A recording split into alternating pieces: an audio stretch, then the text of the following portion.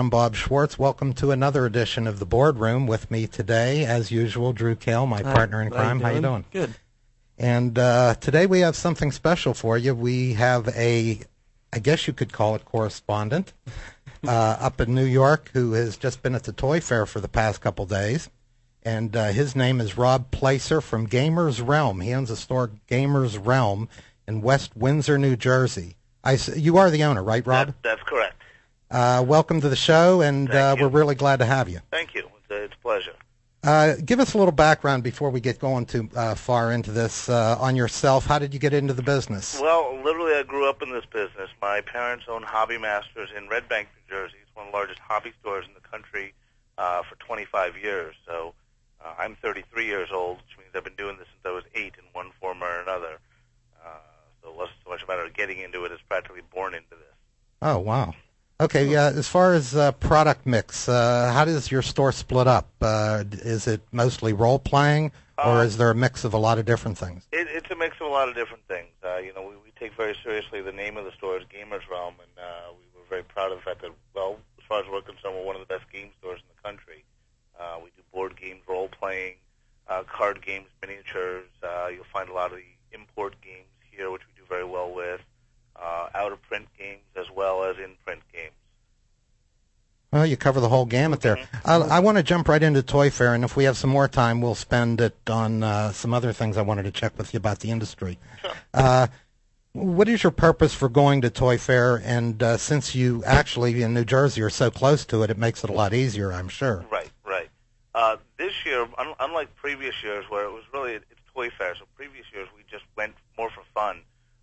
This year, with some of the changes in the industry due to Wizards of the Coast and the growth industry, we wanted to actively seek some family-type games that were not necessarily going to be available in a mass-market-type store, something that required a lot more thought and logic and less randomness. We knew Toy Fair this year had their Game Zone section for the first time ever, and felt it was worth spending actually 2 days, which we'd never done before, up at Toy Fair, and possibly tomorrow a third, to try to find some new product lines, new manufacturers of things that would fit our mix. And like I said, you won't be able to find them in a KB. I understand. What about contacts? Is the trip partially to meet people and meet manufacturers, or is that something you save for other conventions? It's something, especially with the smaller companies, you don't really have a rapport yet. I mean, I'll go up to say hi to the guys I know. I ran into Matt Forbeck, who's with AEG now, and I heard John Zinzo was up there, but I didn't see him. There were several others I ran into, Ron McGean from Eurogames. But I know those guys. I know their product line. It's not what I'm going to spend my time doing. Hopefully with these newer companies, we do enough business with them that I do establish a rapport, and when I see them maybe at Origins or at the Gamma Trade Show, that we can, do more of a social visit than a business visit. But this was strictly business. Okay, Drew had a question for you. I was wondering, what did you see that was exciting at the Toy Fair so far? Anything that's really going to come out and... Well, the biggest exciting thing wasn't strictly so much a game as much as it was more just miniatures. A product line called Conte. For those people who might be familiar with the Britain's line of miniatures, 54 millimeter metal miniatures, the Conte line absolutely puts them to shame in detail. These are both plastic and metal. The metals are pre-painted, and they're based on various movies. They have Zulu and Warlord, the new Mel Gibson one coming up, Patriot. Absolutely stunning. I mean, you would never believe that these paint jobs came out of a factory. Centurion Hobby is planning on carrying them. I went up there with him, and he's going to pick the line up. We spoke to the folks at Playoff concerning the upcoming Dragon Ball Z card game, and were wonderfully encouraged by them in that they were talking how they really want to release this predominantly to the hobby market first, and wait and see what happens, and then they'll think about rethinking their strategy regarding the mass market. And certainly after what we've seen with Pokemon over the last year, it's encouraging to hear things like that from certain manufacturers. Okay, well, you said you were mainly up there to find family games and some strategic games. I thought abstract. Did you have any success in that area? Yeah, we found quite a number of them actually. One of them which impressed me, and I've got my catalogs here to kind of remind me. Good. I found with Winning Moves, of course, has a new product line and a couple new products. They've got Canasta Caliente, is the old Southern rummy card game, is back in print. Uncle Wiggly is coming back out in a couple of months from them. Oh, wow. And yeah, exactly. And I get emails for that for the old one rather regularly, so it's good to see that one coming back in print. I took a look at by TDC Games their NASCAR race cards card game. I know it's been out for a little bit, but I'd really never taken a close look at it. And we did place an order for it. We'll be stocking it. It's fairly impressive. Took a look at Checkers 2000 and ended up ordering it. Actually sat down and played an entire game and beat the game designer. Oh, that's not easy. It's a very interesting modification on Checkers where all the Checkers pieces are numbered from 1 to 12. And the goal is to capture the number 12 piece. But you can only jump pieces that are equal to or lower than the piece you're moving. And if there's a jump available of an opponent, you have to do it. And So- the so best you way to almost play is you have have some- to play it. The thought and the logic really was impressive. It's a very different version of Checkers. So there's almost some mathematics in there then, Oh, as yeah. far as equations? Or kind Yeah. of like a stratego. Very, very much so. We saw Stealth Chess, which I've seen several ads for.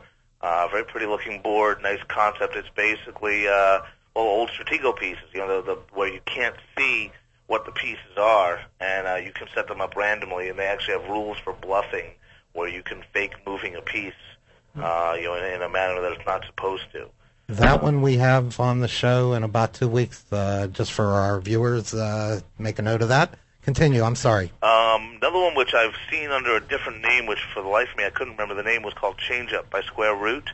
It's a wood game. It's a 5 in a row game. You're trying to get 5 stones in a row, but the board changes constantly. You're sliding each row back and forth as you place your color stone. You then slide one of the rows, so it changes the board continuously. For the life of me, I could not remember the name the game was originally marketed under. It's an amazingly in-depth game, again, from a logic and thought process. And we found wood versions of it. And, of course, the wood's always a lot nicer. It's got more feel to it, more substance. Well, what is a game like that in the wood version expect to retail at? What are you targeting? $30. $30 Well, that's was not the too retail bad. price. Yeah, the other nice thing to see, just across the board, most manufacturers were very, very much more willing this year to talk in case quantities of 6 when you ordered. Instead of in years past, it always seemed they wanted 12s and 24s, and for a distributor that's fine. For an individual retail store, that's not what we're looking for.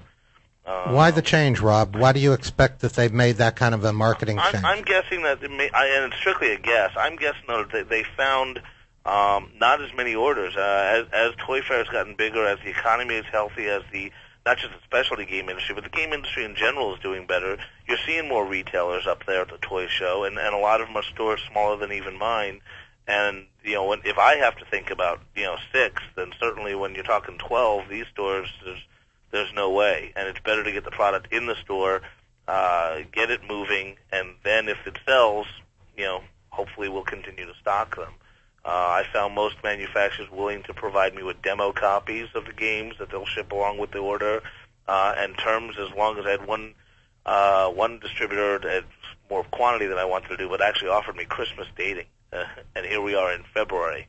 That was rather surprising, but I did not want to order the 100 copies that it required to do so. That may surprise our Yeah. viewers, but in truth, much of what we're doing now is in anticipation of next holiday season. Right.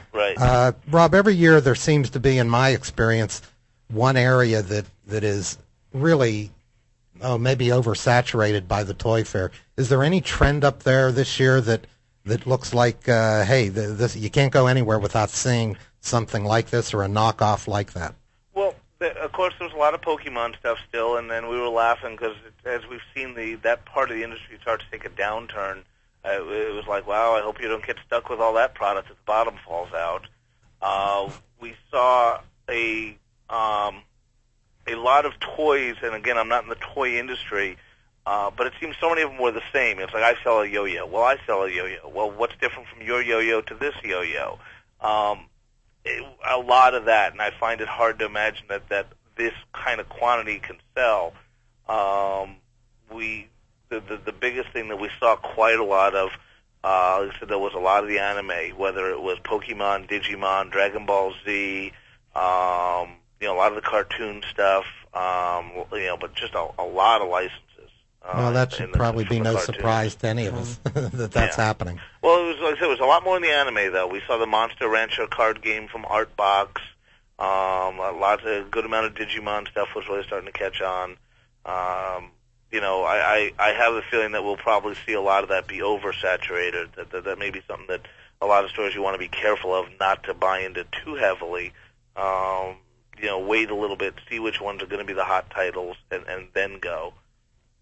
Anything in family games like the German imports? Did you see any representation from them on that? Well, we stopped and saw our good friend Bob Carty at Mayfair.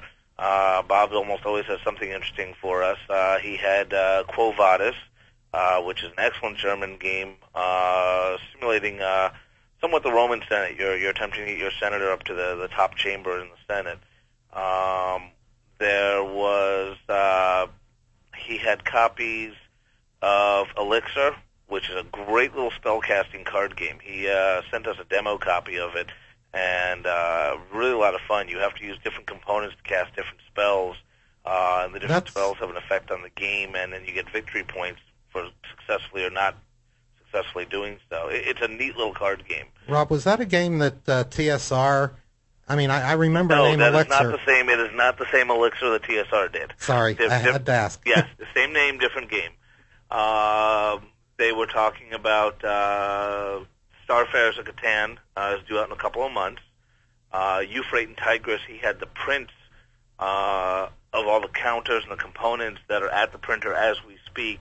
And again, he's hoping to have that out right around the beginning of April. Have you played that one yet, Rob? Euphrates and Tigris is one of my favorite games of all time. Yeah, it's really wonderful game. Yeah. I can't wait till we get a copy to do on the show here. Oh. Maybe we can get you back on at that time and we can do it together. Twist my arm. It's a game that I like too as a retailer because it's one of the few that will play well 2-player, 3-player, or 4-player.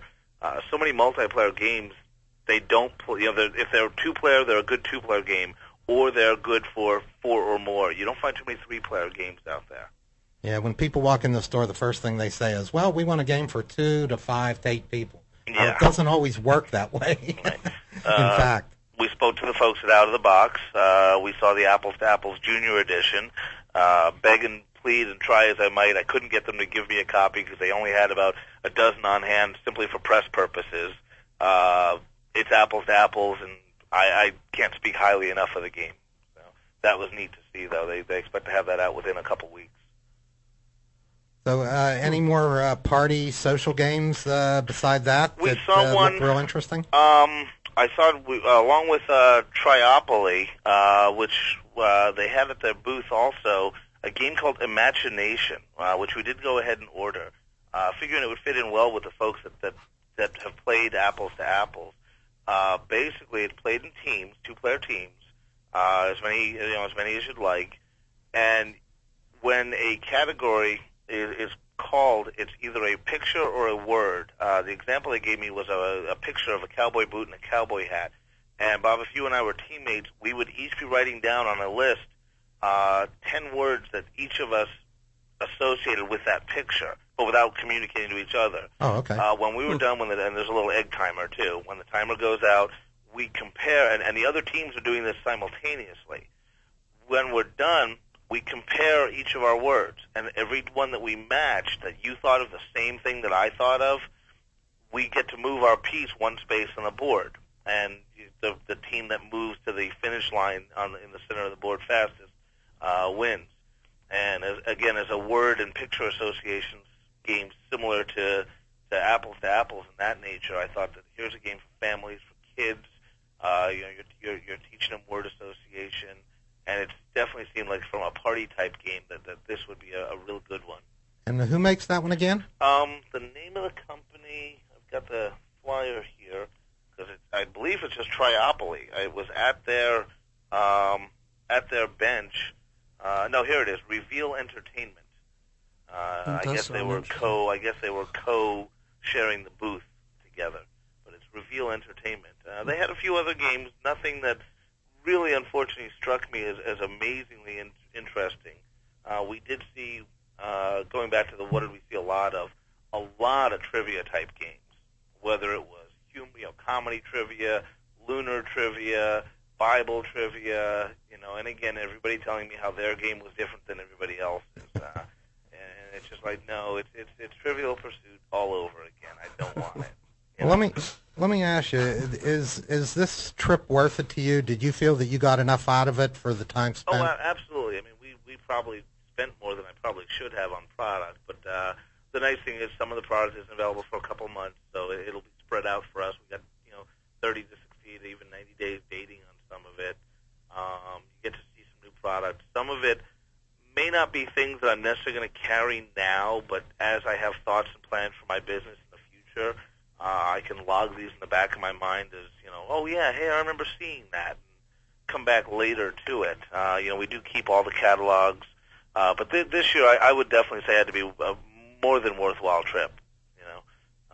Just what we were able to find in a lot of the logic type games, really ought to be fairly well worth it. And to be honest, I really expect Triopoly and the Imaginations to do fairly well. Well, they do sound interesting. Yeah. If you were coming from Chicago, would you still feel that it was worth it? Now, I know you just kind of crossed the river. And yeah, for me it's a $13 round-trip train ticket. I don't even drive up. It's a straight train shot. I would still say probably. I mean, in our industry, we're used to the GAMA trade show, and gosh knows there's tons of us that fly out and spend, hundreds of dollars to get there. Toy Fair puts trade show, to shame. This is gigantic. It's the entirety of the Javits Center. For those people who've never been to the Javits Center, it is just one big, gigantic building. I can't even begin to describe it. It took me 2 days to go through the whole thing, and I've probably still missed, certain portions and certain things that maybe I should have seen. I would say it's probably worth it. I mean, you get people that come from Germany and all over Europe and various other parts of the world. So if it's worth it for them, somebody coming from even California, I would think would be able to get something out of this show. Well, you said that there was a game-specific area now. There was a game zone, and apparently, especially when I talked to the guys at Ingenuity and Ron at Eurogames and Mayfair, this must have been something advertised fairly late. I mean, we knew about it, but a lot of the game manufacturers didn't. They had one aisle, and that's all it was one aisle that was strictly devoted to games. Ingenuity happened. They said they didn't even ask. They literally happened to be placed in there. But it was just a row of strictly game manufacturers. Everything from chess and checkers, very mundane kind of games like that. They said Ingenuity was in there with their product line. Who else did I see in that aisle? Of course, part of it's remembering where everybody was that you saw. But it wasn't that concentrated. Obviously, a lot of what you found was in other areas, too. Oh, correct. Okay. It's a show you have to walk. You have to bring really comfortable shoes. You get there when it opens at 9 a.m. And literally, I don't even use I rarely use the guide in the Toy Fair magazine. We just walk up and down the aisles, zigzagging every aisle. And some of them, I go through an entire aisle of Dollhouse miniatures, and it doesn't interest me. I just zip right through the aisle. But every once in a while, it'll be like Dollhouse, Dollhouse, Dollhouse, game manufacturer. Dollhouse, Dollhouse, Dollhouse. And, I don't know how they lay out the rooms or why, but so you really, if you want to catch everything, you really got to take the time and wander through the whole show. There's no shortcuts. I agree. I agree. Look, I don't want to hold you too much longer, but I did want to kind of get a picture from you over the next 12 months. What do you figure will be the hotter areas, areas that in your store might be expanded? Things you're kind of looking for in the next 12 months as far as the industry in a whole? Well, we're fully expecting Dragon Ball Z to be the hot anime game. I know we've been doing fairly well with the Digimon trading cards. I think Upper Deck's going to shortchange themselves on the discount structure with their card game. Monster Rancher will be perceived strictly as a knockoff by the kids and won't really do what Pokemon has ever done. Not that we expect anything to do quite what that has. I expect the German imports, specifically Mayfair and Rio Grande, for us to continue to grow. We push them very heavily as very good family games, wonderful components, nice artwork, very sturdy. We always do well with them, and I can't stress enough to any store owner, if you haven't tried the Rio Grande at Mayfair Product Line, to definitely do so. Finally, we're gearing up, literally no pun intended, for the fall for heavy gear. Sony has signed the license to do 40 television shows, animated, and we already do a brisk business in heavy gear, and we have really dedicated a good section of wall space to it. And we're going to run more and more demos, but we expect Christmas time, the heavy gear, to be one of the bigger items this season. Okay, well, I really appreciate what you've done for us today as far as covering part of the fair. It certainly saved me running up there because I've been taking notes furiously. But again, thank you very much, Rob. We'll be back in touch with you shortly with maybe some other things we can do on the show. No problem. My pleasure. Thanks, Rob. Thanks a lot. Take care. And for this segment and episode of the boardroom, that pretty much covers it. We'll be doing, as you see in front of us, the Mancala game, some classics, in addition to that, on the next show. So this was kind of an advertisement on which you might look forward to. And in any case, my name is Bob Schwartz. And I'm Drew Kale. And thank you for watching the boardroom on From USA Live.